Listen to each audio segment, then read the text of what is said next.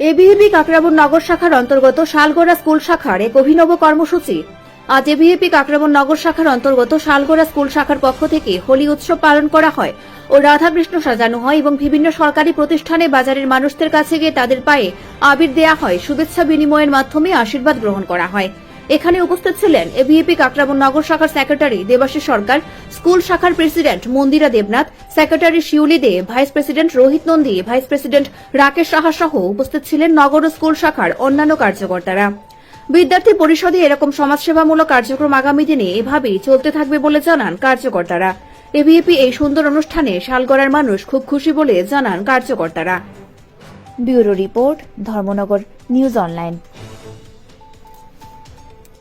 আমার নাম রাকেশ শাহ। আমি শালগড়া ইংলিশ মিডিয়াম উচ্চতর মাধ্যমিক বিদ্যালয়ের দ্বাদশ শ্রেণীর ছাত্র। আমরা অখিল ভারতীয় বিদ্যার্থী পরিষদ শালগড়া স্কুল শাখার আমি ভাইস প্রেসিডেন্টের দায়িত্বে আছি।